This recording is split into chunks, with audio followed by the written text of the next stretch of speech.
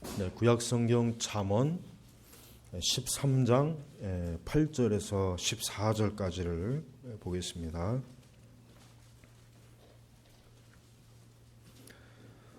자, 8절로 바로 이제 들어가겠습니다. 부자는 재물로 자기 목숨을 속량하기도 하지만 가난한 자는 협박을 받을 일이 없다. 자, 오늘 잠언 8절 13장 8절에 보니까 부자와 가난한 자. 자, 우리는 일반적으로 부자는 모든 게 다 좋을 것 같고 가난한 자는 모든 게 다 나쁠 것 같지만 오늘 8절의 말씀은 의외로 이런 말씀입니다. 즉 부자는 재물로 자기 목숨을 속량하기도 하지만 가난한 자는 협박받을 일이 없다. 그러니까 가난한 자는 적어도 어떤 재물로 인해서 이런 것으로 인하여 협박을 받을 일은 없다. 그러나 부자는 어때요? 여러분 지금도 오늘날도 그렇지만은 이 부유한 자들은 그 자기의 부유함을 지키기 위해서 또 그 부유함 때문에 목숨의 위협을 받고 생명의 위협을 받고 굉장히 어려운 일들이 많을 겪어요. 그래서 우리는 부자는 그 재물로 인해서 사실은 근심과 염려가 어떻게 보면은 그 부유함만큼이나 있다고 봐도 사실은 그렇게 틀린 말은 아닙니다. 그러나 보편적으로 거의 대부분의 우리 사람들은 부자가 되길 원하지 가난한 자가 되길 원하지는 않아요. 근데 성경은 그러한 인간의 보편적인 생각을 약간은 수정시키는 거예요. 그러니까 부자는 재물로 자기 목숨을 속량하기도 하지만, 그러니까 이 얘기는 뭡니까? 이 속량이라고 하는 것은 재물을 통해서 자기의 목숨을 건진다는 얘기거든요.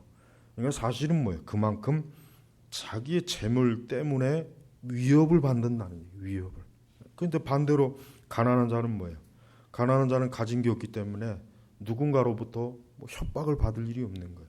노숙자를 협박하는 사람이 없잖아요. 그에게 협박할 게 뭐가 있어요? 나올 게 있고 건질 게 있어야죠. 그러니까 돈이 많거나 가진 게 많은 그러한 그 사람에게는 분명히 뭐예요? 그의 재산을 노리고 그의 생명을 노려서 어떻게 하면은 그걸 빼앗을까? 그런 일들이 많이 있어요. 근데 이제 그렇기 때문에 이제 부자는 재물로 자기 목숨을 속량하는 거예요.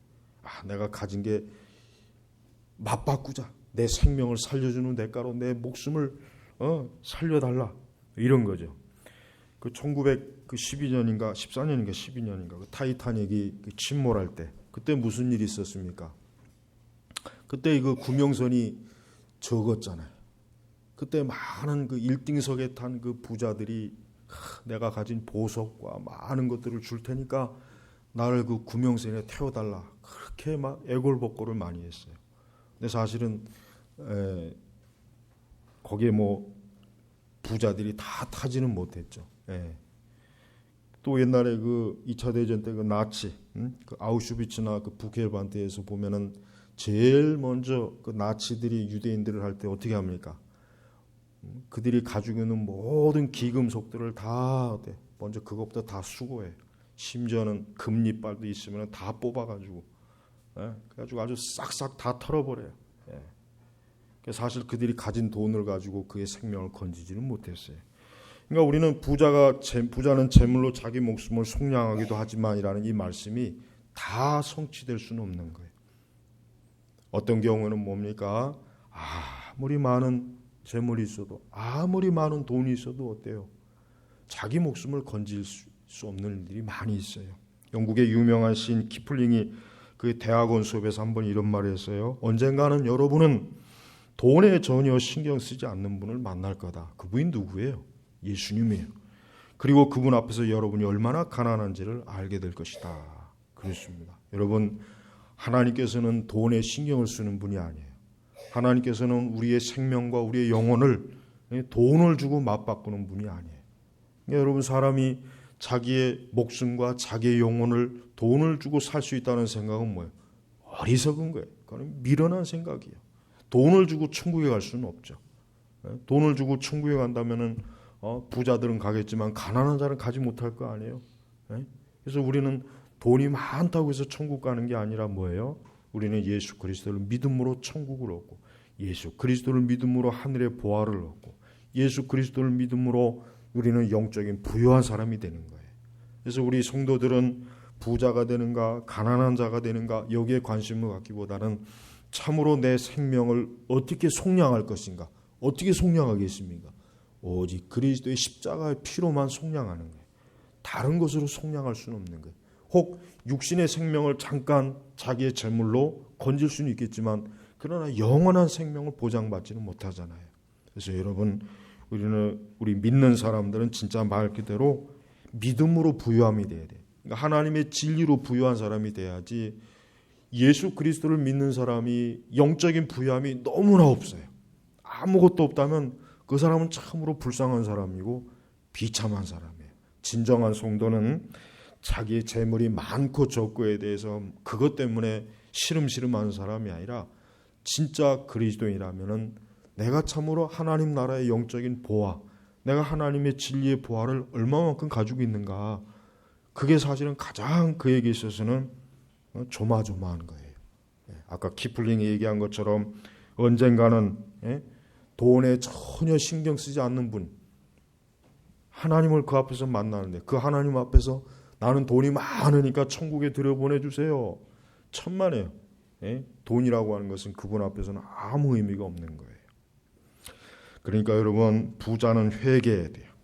부자는 예수님 말씀처럼 천국에 들어가기가 정말 어려워요.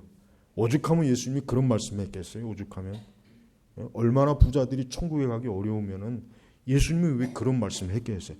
그만큼 부유한 자는 자기의 부유함으로 인해서 부족함이 없으니까, 그 자체가 너무 풍족하고 모자란 게 없으니까 그냥 그것 자체가 만족하는 거예요. 더 이상 필요성도 요구가 되는 게 아니에요. 반대로 가난한 자는 오히려 복음이 효과적으로 전파돼요. 그래서 항상 어느 나라에 들어가든 어느 나라의 선교사들이 복음을 가지고 들어가면은 복음을 가장 잘 받아들이는 사람이 어떤 부류냐면은 가난한 계층이에요. 가난한 계층이 제일 복음을 빨리 받아들입니다. 그리고 가장 많이 받아들여요. 그러나 돈이 많거나 권력이 많은 그런 계층들은 복음을 잘 안 받아들여요. 이건 뭐 통계적으로 다 나와 있는 거예요. 복음을 잘 안 받아들여요. 그래서 여러분, 어느 나라가 중산층이 되면은 복음 전파가 안 된다고 그러잖아요. 왜?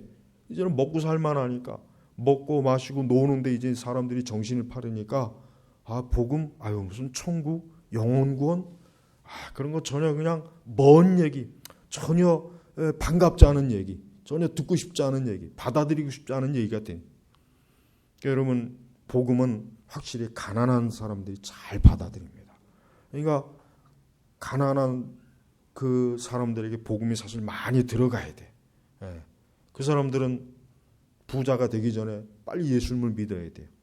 믿을 수 있는 가능성이 너무 크니까. 자, 9절로 넘어갑니다. 자, 의인의 빛은 밝게 빛나지만 악인의 등불은 꺼진다. 자, 여기서 의인의 빛과 악인의 등불 두 가지가 서로 딱 대조가 되죠. 여기서 의인의 빛, 의로운 사람, 우리 그리스도인을 말하는 거예요. 그러니까 우리 그리스도인들은 그 빛이 밝습니다. 그 삶이 밝습니다. 그 가는 길이 밝아요. 그러나 악인의 등불은 어때요?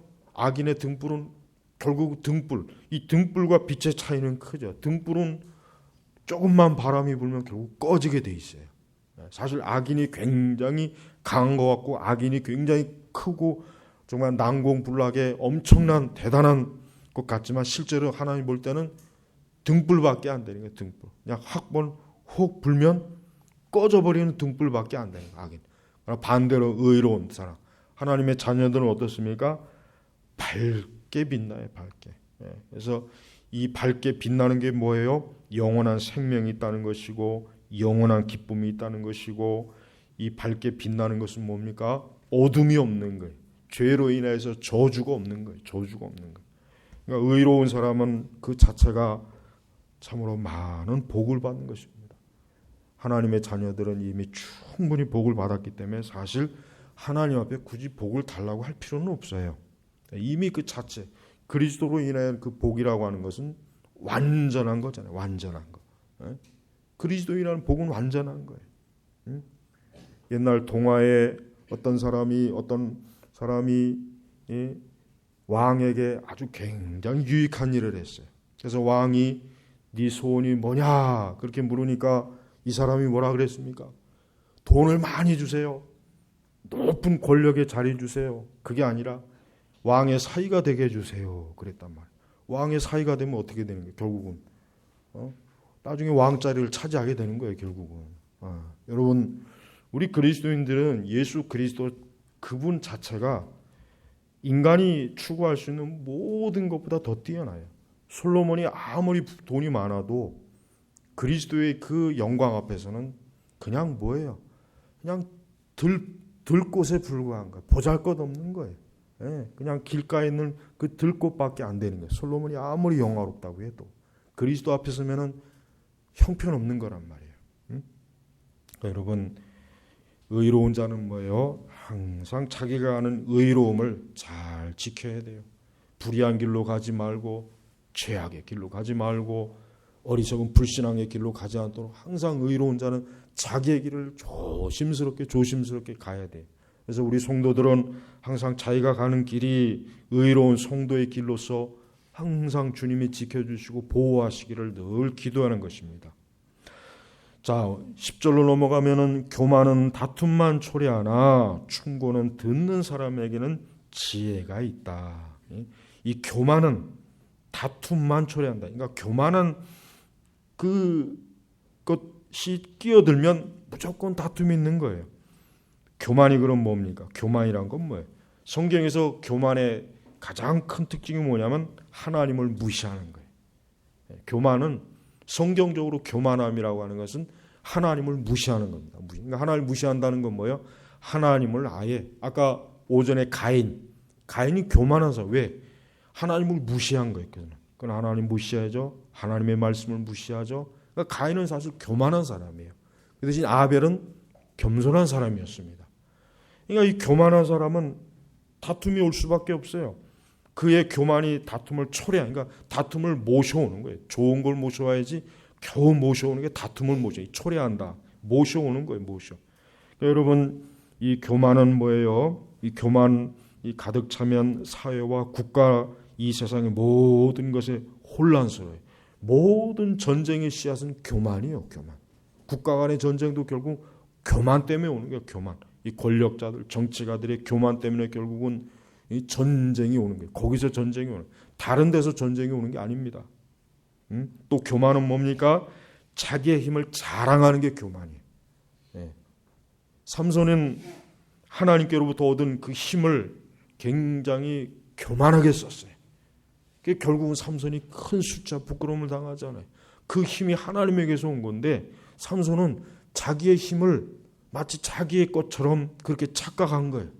그러다 결국은 큰 숫자 부끄러움을 당하지 않았습니까? 인간 교만은 자기의 힘을 자랑하는 게. 결국 인간은 자기가 가지고 있는 걸 자랑하면 그 자체가 교만함. 돈을 자랑하거나 명성을 자랑하거나 지식을 자랑하거나 인맥을 자랑하거나 학력을 자랑하거나 이게 다 교만한 거예요. 교만. 그러니까 그리스도인들은 자기에게 이런 게 있어도 이런 걸 자랑하면 안 돼. 하나님 앞에서도 자랑하면 안 되고 사람 앞에서도 자랑하면 안 돼. 그리스도인들은 항상 모든 게 하나님께로부터 왔고 하나님께서 주신 것이고 욥과 같이 모든 게 다 하나님의 것이다. 모든 게 다 우리 주님이 주신 것이다. 이게 겸손한 사람의 특징. 이게 겸손한 신자의 참된 특징이에요. 근데 교만한 사람은 하나님을 인정하지 않고 모든 게 다 자기에게 온 것이. 그러니까 교만한 사람은 특징이 뭡니까? 우월감. 남보다 나는 잘난 사람이다. 남보다 나는 좋은 혈통을 가졌다. 남보다 나는 좋은 학교 나왔다. 남보다 나는 좋은 차를 타고 다닌다. 남보다 나는 좋은 집에 산다. 우리 한국 사람이 그런 허세가 강하잖아요. 우리 한국 사람은 남보다 조금 더 좋은 거 더 있으면 그 허세가 그냥 저 하늘 꼭대기까지 닿지 않습니까? 아주 나쁜 거예요, 사실. 그죠? 나쁜 거죠. 그게 교만해서 그래요. 교만. 우리 그리스도인들은 그런 허세, 교만, 우월감, 남보다 내가 더 잘났다는 우월감, 그런 게 있으면은 그건 참 우리가 이건 죄구나. 이거 회개되는구나. 그렇게 알아야 돼요. 그러니까 어떤 우월감이나 자기를 자랑하거나 자기를 드러내는 것은 아주 그거는 형편없는 거예요. 그래서 우리는 어떤 식의 교만도 내 속에 자리 잡지 않도록 항상 감시해야 돼요. 왜냐하면 이 교만의 씨앗은 나도 모르는 새에 항상 이게 심어져요. 이 교만의 씨앗은 언제 이렇게 뒤돌아보면 또 이만큼 씨앗이 뿌려져 갖고 이만큼 또 자라나 있어요. 그래서 또 회개하고 계속 교만한 그 열매를 딱 또 없애버리면 잠시 잠깐 뒤돌아보면 또 교만한 게 또 산더미 같이 들어와 있어요. 이게 얼마나 미련하고 어리석은 거예요. 그러니까 우리는 이 교만하지 않도록 자기의 힘을 자랑하지 않도록 이 또 교만은 뭡니까? 자아숭배. 이 자아숭배, 자기를 숭배하는 거예요. 그래서 여러분 성경에서 교만이 제일 많이 지적하는 이유가 뭐냐면은 결국은 하나님을 경외하고 하나님을 숭배하고 하나님을 의지하고 하나님을 바라봐야 되는데 자기 자신을 숭배하는 게 이 교만의 가장 핵심. 그래서 우리는 이 교만이 그냥 단순히 약간의 회개할 죄가 아니라 이건 정말 심각한 죄구나. 이거는 보통 심각하고 무서운 죄가 아니구나 하는 걸 인식하면은 우리는 교만을 잘 경계할 수 있어요. 또 교만은 뭡니까? 지나친 경쟁심이요. 경쟁. 남보다 항상 앞서가는 거. 이것도 우리 사회에 굉장히 심하죠. 우리 사회에 이 교만이라고 하는 그러니까 이 경쟁심이라고 하는 이 교만은 굉장히 심각할 정도. 그래서 이 경쟁심도 물론 사람이 살아가면서 경쟁이라고 하는 게 없을 수는 없겠지만은 이 경쟁이 지나친 것은 결국 교만하기 때문에 누가 저 좋은 대학교 가나. 우리 한국에서 제일 영향력 있는 종교가 무슨 종교냐면 대학교래요. 대학교. 이거 뭐 대학교 앞에서는 뭐 개신교고 불교고 천주교고 사이비 이단조차도 힘을 못 쓰는 거예요. 그러니까 부모들이 자녀들을 좋은 대학 보내려고 그냥 막 벌써 유치원 때부터 그냥 딱 맞춤 교육을 시키고. 그러니까 한국 사회에서 제일 무서운 종교는 대학교. 최고의 종교, 최고. 그 우상이죠. 우상이란 말이에요. 우상. 여러분, 우리는 그런 것조차도 이것은 죄구나. 이건 하나님 앞에서 이거는 큰 죄구나라는 걸 우리가 깨달아야 된다. 그렇습니다. 교만, 하나님 무시하는 것입니다. 하나님 무시하면 사람은 당연히 무시하게 돼 있어요. 교만, 이 사회와 이 세상의 모든 전쟁과 테러와 재난의 근원은 교만이에요. 자기의 힘을 자랑하는 것, 자기가 우월감을 가지는 것, 자아숭배, 그다음에 지나친 경쟁심. 이게 다 교만이에요. 교만에서 나오는 거예요. 교만. 그러니까 교만 한 가지만 딱 틀어잡으면은 상당히 많은 죄를 확 쥐어 짤 수가 있어요. 그래서 스펄전 목사님의 설교에 하나님은 다른 죄는 가볍게 다루지만 교만하면 하나님이 팔을 걷어붙이면서 그 죄를 처리한다고 할 정도로 이 교만은 굉장히 무섭고 포괄적이고 엄청나게 큰 죄예요. 그래서 우리 성도들은 항상 교만하지 않도록 늘 자기 자신을 감시해야 돼요. 11절로 보면은 부정으로 얻은 재물은 점점 감소하나 손으로 모은 것은 점점 증가한다. 그러니까 이 성경 말씀이 가르치는 게 뭔가 부정한 방법으로 여러분 개인이든 국가든 회사든 뭐든지요 부정한 방법으로 많은 돈을 버는 것 같지만은 결국 하나님의 공의는 뭐냐? 그렇게 해서 번 돈은 결국은 다 그냥 빠져나가게 만들어. 여기저기 다 빠져나가게 만들어. 그래서 여러분 많은 돈을 버는 게 중요한 것이 아니라 성경은 어떻게 버는 거예요? 손으로 모은 거. 이 손으로 모은다는 건 뭐예요? 성실하고 정직하게 모은 거죠. 성실하고 정직하게 모은 돈. 그러니까 그런 것은 점점 증가하지만 그런 것은 하나님께서 잘 보존시켜 주지만 부정으로 얻은 재물은 뭐예요? 이건 재물이 모으는 게 아니라 모으면 몰수록 점점 감소한다. 이거 감소. 이 감소라는 말. 증가와 감소. 이 두 개가 서로 대조가 되잖아. 하나는 증가하는데 점점 증가하는데 또 하나는 점점 감소한다 이거예요. 그러니까 우리가 부정으로 얻은 재물을 좋아하면 안 되죠. 그러니까 한 나라가 어떤 나라가 선진국입니까? 뇌물이 없어야 돼요. 뇌물이 통하지 않아야 돼요. 뇌물이 통하지 않아야 그 나라가 선진국이에요. 좋은 나라예요. 예. 그러나 뇌물이 아니면은 안 되는 나라는 뭐야? 후진국이잖아요. 후진국. 지금 봐도 그렇잖아요. 예? 우리나라는 어떤 나라입니까? 물론 과거보다 많이 뇌물이 많이 줄어들었다고 하는데 아마도 지금도 많이 있을 거예요. 분명히 곳곳에. 우리 그리스도인들은 그러한 부정으로 얻는 재물을 이걸 하나님의 축복이라고 여기지 말고 이것은 하나님의 재앙이구나. 이렇게 부정으로 얻어봐야 잠깐은 많이 채워지는 것 같지만 결국 점점 다 감소하는 거예요. 슬며시 빠져나가는 거예요. 자, 12절을 보면은 소망이 늦어지면 마음이 상하지만 성취된 소원은 생명나무이다. 여러분, 우리는 이 소망이라는 것, 사실 모든 사람에게 다 소망이 있어요. 근데 그 소망이 안 이루어지거나 더디 이루어지면 사실 누구나 다 낙심을 하고 절망을 하고 누구나 다 그냥 그것 때문에 힘이 빠져요. 그래서 여기서도 보니까 소망이 늦어지면 마음이 상한다. 맞아요. 이게 보편적인 우리 인간의 마음이에요. 그러나 우리 그리스도인들은 뭐예요? 소망이 늦어지면 늦어질수록 어떻게 해요? 낙심하지 말고 기도해야 되는 거예요. 예. 여러분, 하나님의 기도의 법칙이 뭡니까? 하나님은 적은 걸 줄 때는 빨리 응답하세요. 그러나 많은 걸 줄 때는 늦게 응답하시는 거예요. 적은 배로 오는 것은 적은 거지만 하나님이 크고 많은 걸 줄 때는 큰 배를 보내는 거예요. 큰 배는 느리잖아요. 늦게 오는 거예요. 그러니까 우리 그리스도인들은 소망이 늦어진다고 해서 낙심하거나 마음이 상하거나 절망하거나 자포자기하거나 그러지 말고 하나님 앞에 기도하면서 기도로 맡기는 거예요. 하나님을 바라는 거예요. 하나님에게 소망을 두는 거예요. 하나님을 의지하는 거예요. 그래서 낙심하는 거 아니에요. 여기서 낙심하는 이 마음이 상하는 것은 뭐예요? 이건 불신앙이에요. 불신앙 때문에 그래요. 그래서 우리는 어떠한 일이 있어도 우리에게 모든 좋은 것, 그것은 항상 하나님이 예비하시고 하나님이 주실 것이라는 확신을 갖고 인내하고, 좋은 것은 늦게 오는 것이다. 또한 우리의 구원에 대한 소망도 늦어질 때가 있어요. 그렇습니다. 때때로 구원에 대한 확신, 구원에 대한 믿음, 또 구원에 대한 소망과 바람이 늦어질 때 있지만 그럴 때도 낙심하지 말고 하나님 앞에 기도하는 거예요. 계속 기도하면서 하나님에게 기도하는 그 기도를 통해서 하나님의 영광을 받으시는 것으로 기쁨을 삼으면 돼요. 조지 물러는 자기의 친구를 위해서 50년이 넘도록 기도했다 그래요.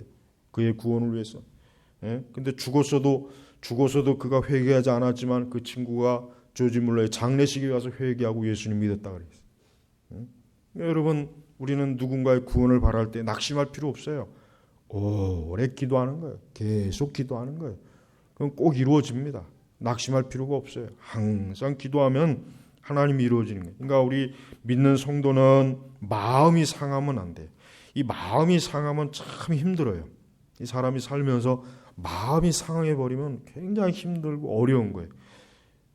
그럴 때 우리 성도들이 어떤 일로 인해서 마음이 상할 때 그럴 때는 그냥 기도해야 돼요. 하나님에게 위로를 구하고 하나님을 바라보고 그냥 하나님에게 기대는 거예요. 그래서 그 상한 마음을 온전하게 회복시켜야 돼요.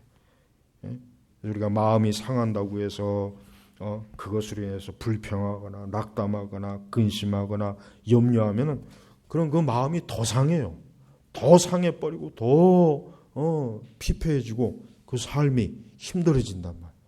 그러니까 마음이 상할 때, 마음이 왜 상하지 않을 때가 마음이 상할 때가 많이 있죠. 그럴 때마다 그냥 하나님을 잠잠히 바라보면서 주님에게 소망을 두는, 그거보다 더 기쁜 건 없어요. 또한 13절에 보니까 말씀을 멸시하는 자는 자신에게 파멸을 가져오고 계명을 두려워하는 자는 보상을 받는다. 참 중요한 말씀이에요. 말씀을 멸시하는 자. 성경에 보니까 이 말씀을 멸시하다가 파멸당한 사람이 많아요. 바로. 바로는 하나님께서 무려 10번이나 하나님께서 말씀으로 경고했는데도 그거 다 무시했죠. 멸망한 거예요. 아까 얘기했지만은 삼손도 뭐예요? 하나님 말씀을 멸시하다가 결국 그렇게 큰 어려움에 빠진 거예요. 또한 노아 홍수, 하나님의 경고를 오랜 시간 동안 그렇게 100년이 넘도록 들었으면서도 당대 노아의 그 경고, 하나님이 주시는 경고를 듣지 않다. 결국은 어떻게 해요? 노아의 가족 외에는 다 싹 그냥 물에서 물고기 밥이 되었잖아요. 성경에 한번 여러분이 나중에 찾아보세요. 하나님의 말씀을 멸시한 자가 몇 명이나 있나 한번 성경 전체 인물 한번 찾아보라면 굉장히 많아요. 가룟 유다도 예수님께서 마지막으로 경고를 했어요. 마지막으로 그가 예수님의 팔 마음을 좀 돌이키도록 회개를 권했지만 끝끝내 예수님의 말씀을 듣지 않고 결국은 예수님을 팔아먹고 나중에 스스로 자살해 죽었잖아요. 그러니까 성경에는 이 말씀을 멸시하다가 파멸을 당한 자가 굉장히 많아요. 우리는 그런 사람들 볼 때마다 이렇게 말씀을 멸시하면 파멸당하는구나. 이렇게 말씀을 무시하면 파멸당하는구나. 말씀을 멸시하는 것은 결국 뭐예요? 그 말씀을 하신 하나님을 멸시하는 거랍니다. 하나님을 멸시하는 거예요. 하나님을 멸시해서 좋을 게 뭐가 있겠습니까? 아담과 하와도 하나님을 멸시했죠. 그러니까 성경의 인물들은 딱 두 종류로 나눠요. 하나는 하나님의 말씀을 존중해서 하나님으로 인하여 영화로움을 얻은 사람과 하나님 말씀 멸시하고 결국 패망한 사람. 이 성경은 딱 두 종류예요. 이 세상도 두 종류의 사람이에요. 이 세상도 가인과 아벨. 딱 두 종류예요. 가인은 하나님의 말씀을 멸시했어요. 그러나 아벨은 하나님의 말씀을 존중한 사람이에요. 그래서 그 두 사람의 길이 서로 다르지 않습니까? 가인은 계속 구원받지 못한 사람이에요. 가인은 끝끝내 멸망하죠. 가인은 회개했다는 말이 없어요. 그냥 하나님께서 불쌍해서 그의 육체의 목숨만 잠깐 살려줄 뿐이지 그가 회개해서 그의 영혼이 구원받았다는 말씀이 성경에 없단 말이에요. 그러나 아벨은 뭐요? 의로운 자. 하나님께서 의로운 자라 했어요. 그러니까 아벨은 구원받은 사람이란 말이에요.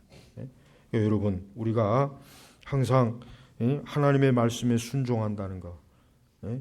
그래서 여기서 계명을 두려워하는 자는 보상을 받는다. 무엇을 보상받습니까? 우선 그의 영혼이 구원받습니다. 또 계명을 두려워하는 자는 그의 육체 안전을 또 보장받아요. 이 계명에 따라 살면은 어때요? 복된 거예요. 그러나 계명을 멸시하면 어때요? 이 시드기야 같이 계명을 멸시하다가 결국은 두 눈이 뽑혀서 수치를 당한 사람도 있고, 이스라엘이 결국은 계명을 멸시하다가 둘 다 망했죠. 구약의 역사를 보면은. 그러니까 여러분, 이 계명을 두려워해야지 이 계명을 멸시하는 건 안 돼. 우리가 매 주일마다 십계명의 말씀을 부르고 말씀을 읽지만은 여러분, 십계명의 말씀은 우리가 존중해야 돼요. 그 말씀을 멸시하면은 어떠한 복이 안 옵니다. 모든 저주와 재앙은 다 오겠지만 어떠한 복이 안 오게 되는 거예요. 그러니까 항상 우리 그리스도인들, 특별히 우리 개혁교회 교인들은 십계명을 항상 외우고 십계명의 말씀에 늘 자기를 맞춰야 돼요. 내가 이 십계명의 말씀에 벗어나지 않았나? 하루하루 점검할 때 이 십계명 말씀에서 혹시 위배된 게 없나? 항상 우리가 회개할 때 제일 먼저 십계명 말씀을 놓고 회개해야 되는 거예요. 그래야 그게 하나님의 계명을 존중하는 거예요. 우리가 성경의 계명만 존중하면은 이 세상에서 지옥으로 살 이유가 없습니다. 그러나 말씀을 벗어나면 이 세상 자체가 이미 지옥이에요. 그 사람은 지옥 가도 그렇게 별로 낯설지 않아요. 어차피 이 세상에서 봤던 것이니까. 그러나 성도는 어때요? 이미 이 세상에서 천국의 기쁨을 맛봐요.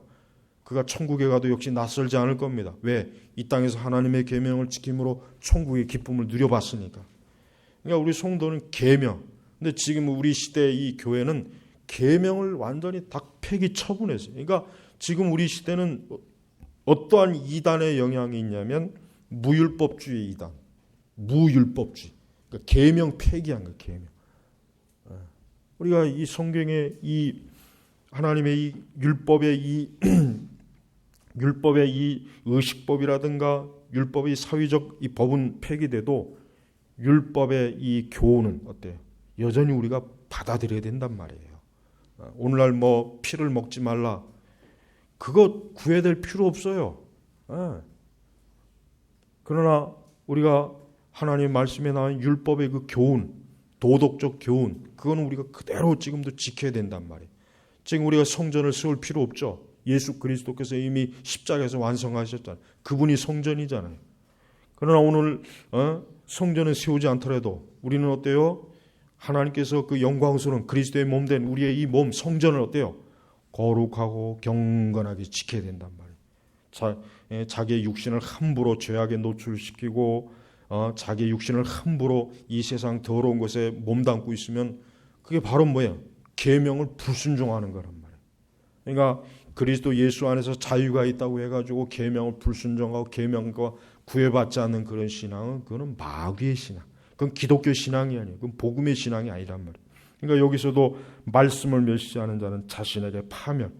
그러니까 말씀을 멸시하는 자는 자기 때문에 파멸을 당하는 거지 핑계댈 필요가 없어요. 응? 핑계를 필요가 없단 말이에요. 응? 자, 우리 14절에 지혜로운 자는 연관이 됩니다. 13절과 이어서 지혜로운 자의 법은 생명의 법이며 사망의 올무에서 건져준다. 여기서 이 지혜로운 자는 누구입니까? 예수님이에요. 예수님께서 산상수훈 말씀하셨죠. 예수님께서 신약의 말씀을 주셨죠. 예수님께서 십계명을 주셨죠. 예수님께서 성경의 말씀을 주셨죠. 이게 다 뭐예요? 생명의 셈이에요. 그러니까 우리는 성경을 읽고 성경에서 이 많은 생명수를 풍성하게 먹어야 돼요. 이 생명의 셈에 자신을 몸담은 사람은 사망의 올무에서 건짐을 받는 건짐. 그러니까 여러분 지혜로운 자, 예수님의 말씀, 예수님의 법, 예수님 하나님의 계시, 이 성경에 영감된 말씀, 이런 것들은 다 뭡니까? 인간을 생명의 셈으로 이끌어주는 거예요. 생명을 주는 거예요. 생명. 그러니까 사람들이 참 어리석은 게 있어요. 사실은 참 이 인간의 삶은 참 정말 많은 어려움이 있죠. 응? 인간의 삶은 많은 어려움이 있어요. 인생 자체를 고해라고 하잖아요. 고해, 쓴 바다. 인간의 삶은 많은 어려움이 있어요. 고통이 있어요. 슬픔이 있어요. 불행함이 있어요. 그런 것들이 없으면 얼마나 좋겠습니까? 근데 왜 그런 게 왜 있겠냐 이거. 왜? 단 한 가지입니다. 지혜로운 자의 말씀, 지혜로운 자의 법을 어기면서 살기 때문에 그래요. 그러니까 인간이 고통을 받고 불행과 저주와 슬픔이 있는 거예요. 우리는 거기서 찾아야 돼요. 아, 이건 사회적인 원인입니다. 이건 정치적인 원인입니다. 아, 이건 이 세상의 부조리입니다. 아니에요. 그거는 표면적인 거예요. 그건 표면적이고 진짜 중요한 것은 사람이 하나님의 말씀의 법을 어기기 때문에 불행한 거예요. 그러니까 이 세상에 왜 이렇게 이 세상이 왜 이렇게 많은 불의한 일과 해로운 일과 이렇게 저주받을 일과 고통스러움이 왜 있냐? 가장 근본은 뭐예요? 아, 이건 경제적인 것 때문에 그래. 경제를 뜯어 고쳐야 돼. 아, 이건 문화적인 거야. 사회적인 거야. 정치적인 거야. 이건 사회 구조 문제야. 기업의 문제야. 여러분, 우리 한국 사회를 진단하는 그 많은 글들을 봐요. 전부 다 표면만 건드려. 표면. 뭐 구조조정을 해야 된다. 뭐 연금을 어떻게 해야 된다. 어떻게 하여튼 그 표면적인 것만 잔뜩 얘기해. 그러나 가장 중요한 건 뭡니까? 하나님께서 이 사람을 만드셔서 하나님의 뜻대로 살겠는데 그 하나님의 뜻을 벗어나면 어떻게 돼? 잘 되겠습니까? 못 되겠습니까? 못 되는 거예요. 못 되는 거예요.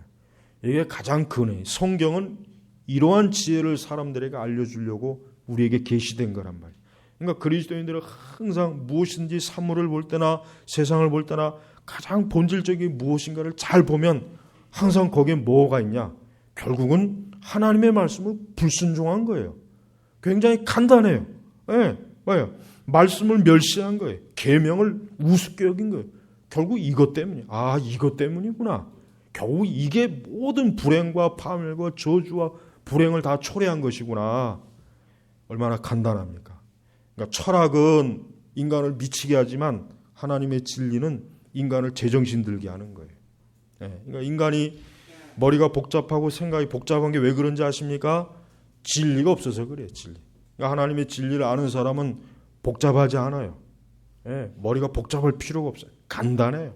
세상에 많은 철학은 사람을 미치게, 그래서 철학자들 중에 미쳐 죽은 사람도 많고 제정신 나가서 죽은 사람도 많고 정신 이장자도 많아요. 우리가 아는 뭐 소크라테스나 무슨 뭐 이런 이 뭐 철학사에서는 대단한 인물이지만 거의 반 사이코예요. 반 사이코. 플라톤은 내가 볼 땐 오늘날 오면 그놈은 완전히 그건 잡아다 죽여야 돼. 그거는 빨리 형무소에 집어넣어야 돼. 얼마나 말도 안 되는 걸 주장했습니까? 뭐 가족을 폐지하고 뭐 국가가 자녀를 키워야 된다는 그 헛소리하고 동성애를 옹호하고 그 위대한 철학자가 한 말 가만히 뜯어보면 미친 개소리가 너무 많아요. 헛소리가 너무 많아요. 그러니까 여러분 우리가 하나님의 진리가 얼마나 대단한지 여러분 세상의 모든 종교의 경전들 그거 봐요. 그거 볼 것도 없겠지만은 봐봐야 거기에 무슨 생명이 있겠어요. 아무 생명이 없어요. 아무 생명이 없단 말이에요. 성경 오직 계명. 그래서 여러분 시편에 보세요. 얼마나 시편 119편 저번에 수요일날 한번 강의했죠. 시편 119편 보면은 그 하나님의 말씀이 얼마나 좋은지 얼마나 귀한지 얼마나 영광스러운 그 성경에서 제일 긴 장이 시편 119편이에요. 성경에서 제일 긴 게 얼마나 하나님의 진리가 중요한지를 성경에서 그렇게 강조해도 그리스도인들조차도 하나님의 계명, 말씀, 이 지혜로운 예수님의 법을 그냥 전혀 신경 안 쓰고 무시하면서 하는 거예요. 여러분 한 주간 동안 예수님의 말씀을 귀하게 여겨야 됩니다. 한 주간 동안 예수님의 말씀에 철저하게 깨어 있어야 됩니다. 예수님의 말씀을 따라야 됩니다. 하나님의 말씀을 지켜야 돼요. 하나님의 말씀을 순종해야 돼요. 하나님의 말씀을 어떤 이유로든지 어기면 안 돼요. 그래야 여러분이 한 주간의 삶이 평안으로 보장되고 안전으로 보장되고 행복이 보장되는 거예요. 그러지 않고서는 어떤 것으로도 우리를 보장해 줄 수 있는 게 없어요. 그러니까 이번 한 주 동안도 우리 모든 온 교우분들이 하나님의 계명을 두려움으로 또 지혜로운 예수 그리스도의 법을 지킴으로 생명과 평안과 안전을 누리기를 주의 이름으로 권합니다. 기도하겠습니다. 하나님 아버지 감사합니다. 주여 오늘도 주의 첫날에 하나님의 말씀을 듣고 예배를 드리는 귀한 영광스러운 이 은혜를 저에게 주셔서 감사합니다.